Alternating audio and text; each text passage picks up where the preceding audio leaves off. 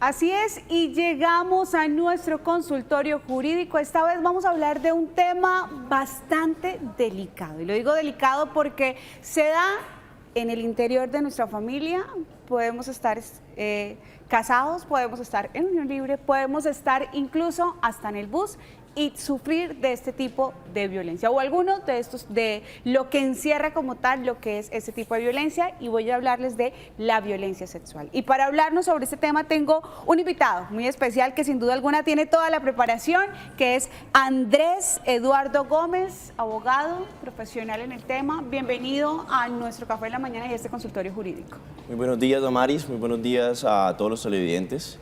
En representación de IEL Abogados Asociados, les agradecemos esta invitación al canal, al programa evidentemente, y estamos acá prestos a aclarar todas estas temáticas que están en torno a la violencia sexual. Muchas veces referimos la palabra o el término violencia sexual exclusivamente al coito sexual o a la penetración como tal, ¿cierto? Pero cuando hablamos en términos jurídicos, ¿qué es violencia sexual? Bueno, la violencia sexual, y no solamente en términos jurídicos, sino como abogado nosotros y como ciencia del derecho nos apoyamos en muchas áreas del conocimiento. En este caso, pues, para la definición propia de la violencia sexual, acudimos a una estandarización que ya hizo la Organización Mundial de la Salud y la Organización Panamericana de la Salud, que señala que es todo acto, toda tentativa a consumar un acto o todo comentario o insinuación no deseada de carácter sexual, e incluso la utilización para el comercio de material sexual sin la autorización propiamente de la persona que está de alguna manera en su privacidad o en su intimidad. Es decir, un sexting puede ser Puede ser una especie de explotación sexual, que es lo que de alguna manera se denomina entre los tipos de violencia sexual. Vamos a hablar con unas imágenes que tenemos como ejemplos de lo que podría ser alguno de los tipos de violencia sexual, y pues los vamos a ir conversando y tú me dices realmente a qué tipo como tal pues enmarca esta violencia. Así que veamos entonces la primera imagen.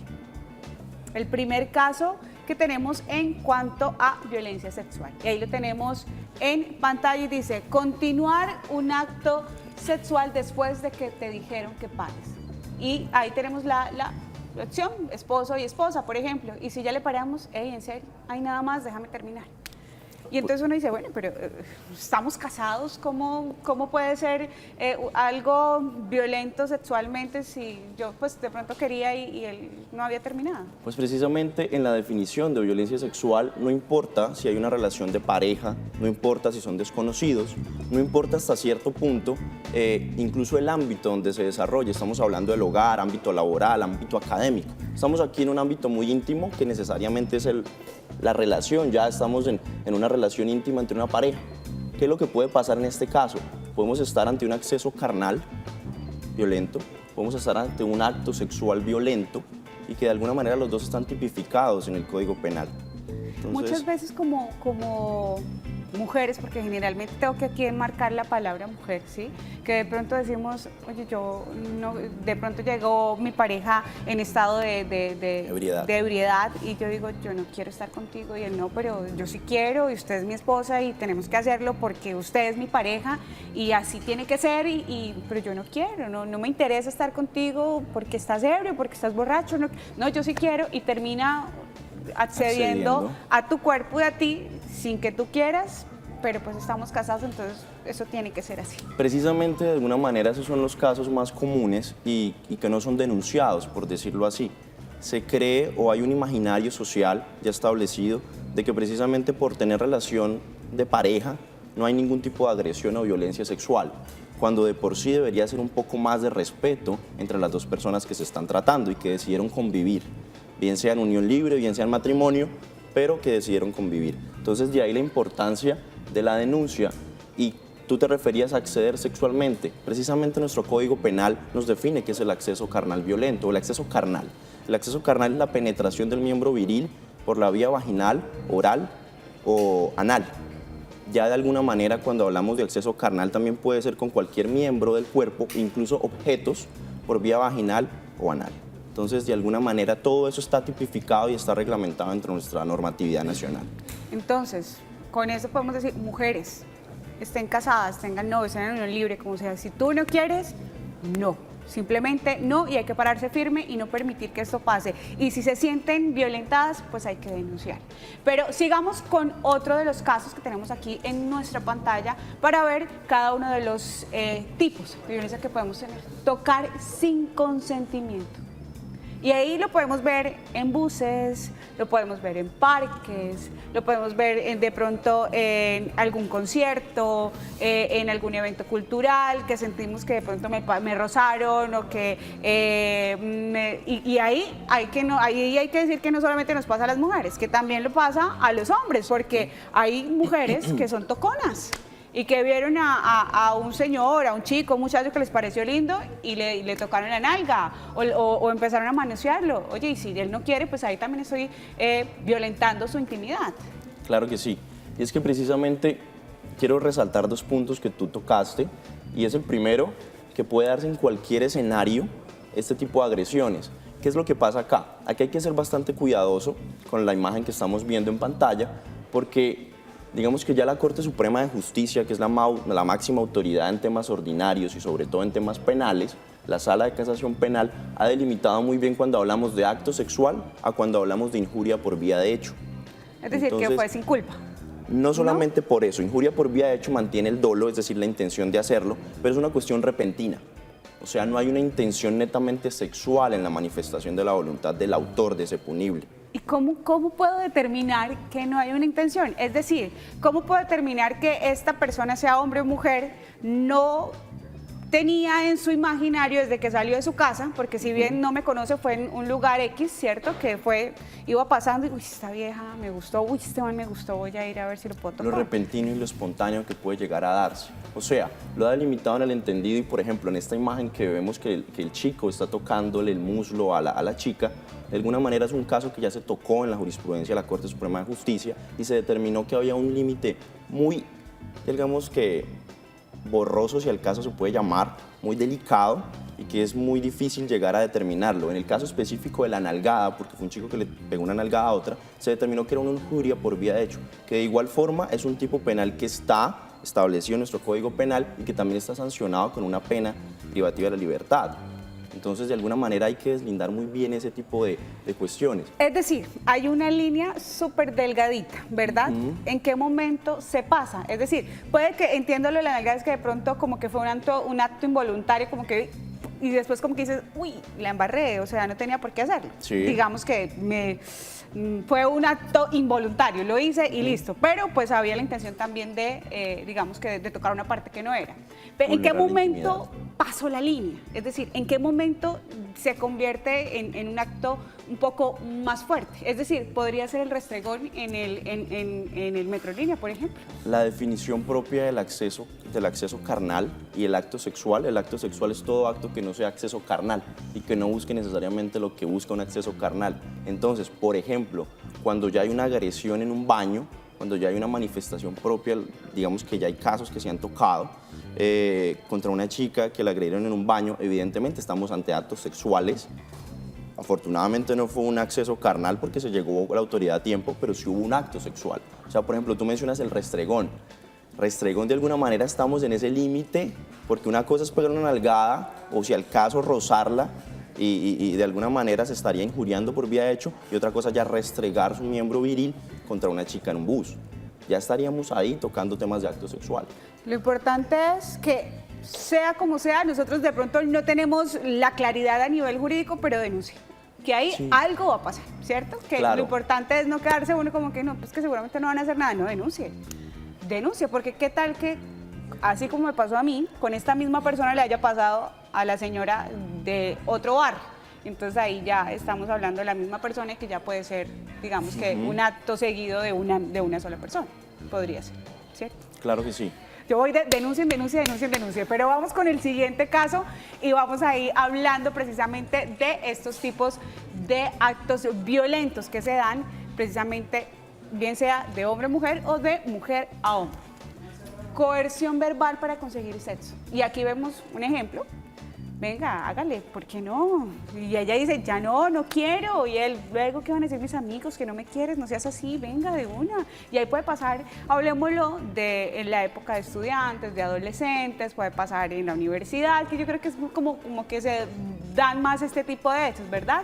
Como que de pronto me gusta, es el niño popular de la clase, o es el niño popular del colegio y es súper chica y me encanta, y entonces yo accedo a como que, bueno, está bien, sí quiero estar contigo, y después digo, no, no, mentira, ya no, esto no es lo que yo quiero, y él dijo, no, espérate, ya me dijo que sí, ni modo, le tocó.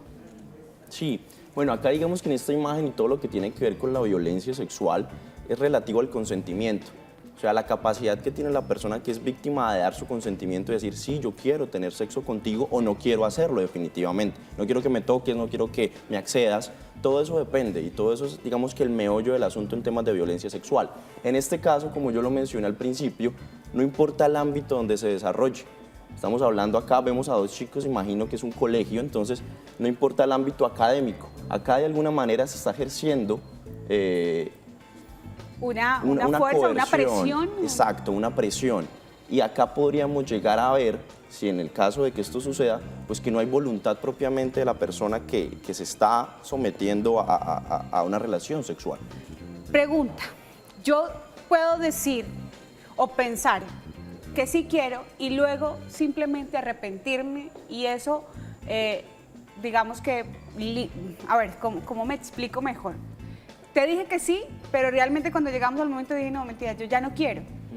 Pero eso quiere decir que ya estoy diciendo que no y me estoy sentando en mi punto, así en algún momento haya pensado y haya dicho que sí quería estar con esta persona. Es una manifestación de la voluntad. O sea, si estás manifestando que ya no deseas, aunque previamente hayas dicho lo contrario, pues obviamente tienen que primar de alguna manera tu desarrollo y tu formación sexual. Tú eres dueña de tu cuerpo.